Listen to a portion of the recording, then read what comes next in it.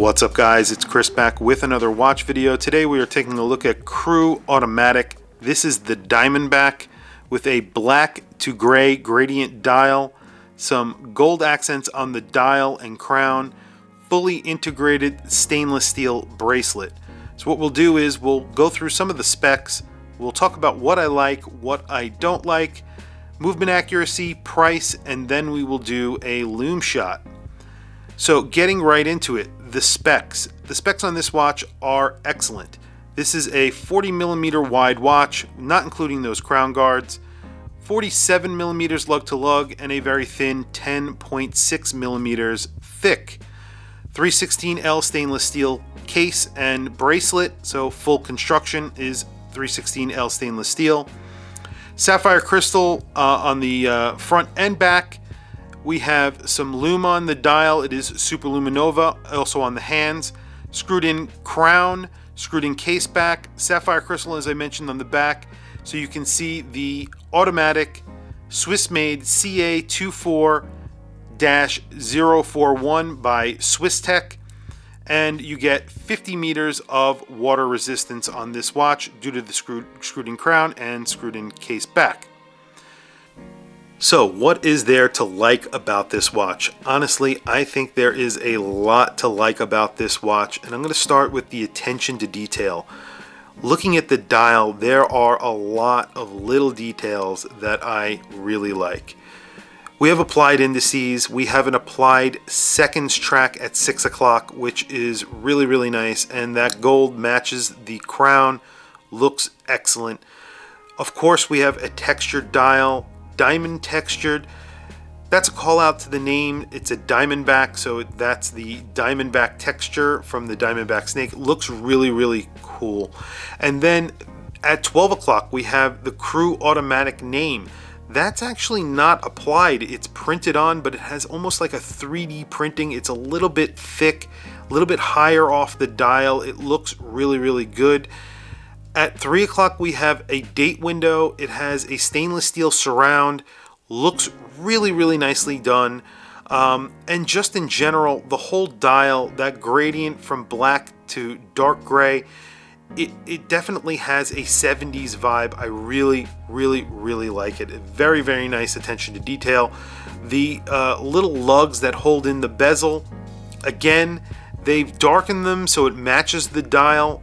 Excellent choice, looks really good. So the attention to detail, really nice across the entire watch. Then of course is the finishing on the watch. It is a step above. It just is a very nicely finished watch.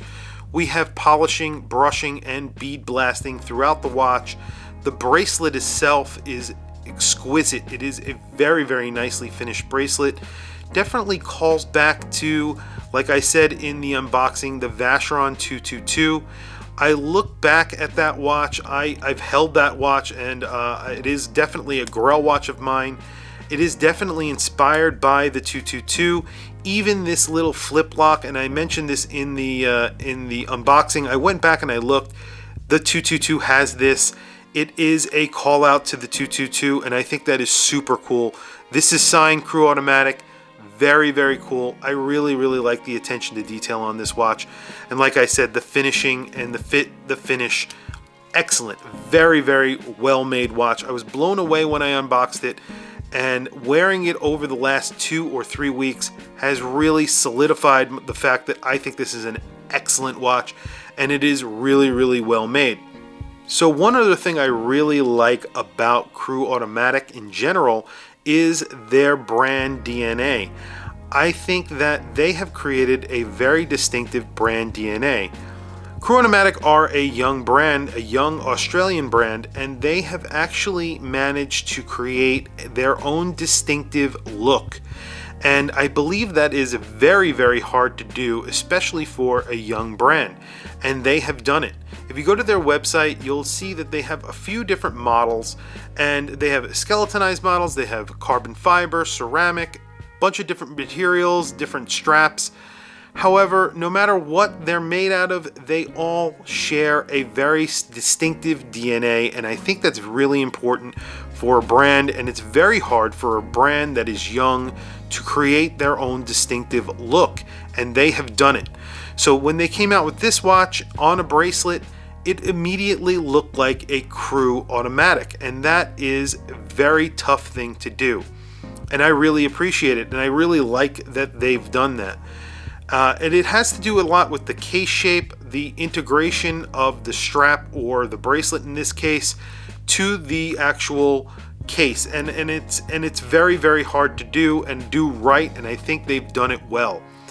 So that is something that I really, really like about this watch. So what I don't like about this watch, I'm going to be honest, there isn't a lot that I don't like about this watch. I guess you could tell from the review itself. There is just a lot to be impressed by. I really love the style of the watch. I love the look of the watch in general. The fit, the finish, the quality, the attention to detail, it's all there. It feels really good on your wrist, and it's very, very comfortable. It has push pins, I guess, in the bracelet. That could be something that could be improved, although it isn't a deal breaker at all.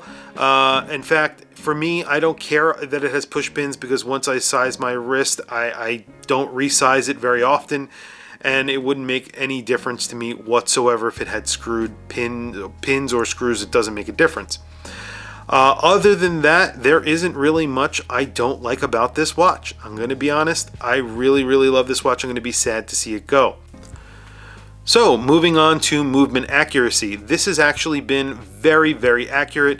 I have been getting +1 second per day, which is very, very good. I did about 6 tests. And a couple of those tests, I think it was 2, I actually got 0 seconds, which is really, really good. Again, this is the SwissTech CA-04-041. It is essentially an ETA clone, but it does have 33 joules, so a little bit different. Custom rotor, some blued screws, 4 hertz, so it is a high beat, 36 hours of power reserve. Very nice movement. And these are proprietary to CREUX, so SwissTech only make these for CREUX, and that is pretty cool, I think. And you won't see these in other watches. Last, I'm going to do a Lume shot. This actually does have some Lume on it. So the Lume is actually pretty good for a sports watch. This is not a diver, so it does get some Lume treatment on those hands and on the indices. But before I go into the Lume shot, we'll talk about price. This watch comes in at $1,850. The watch itself starts on a rubber strap for $1,500, but definitely if you're in the market for an integrated bracelet watch, this is a really, really good choice. This bracelet is very, very nice, and it is definitely worth the upcharge from the $1,500 rubber model.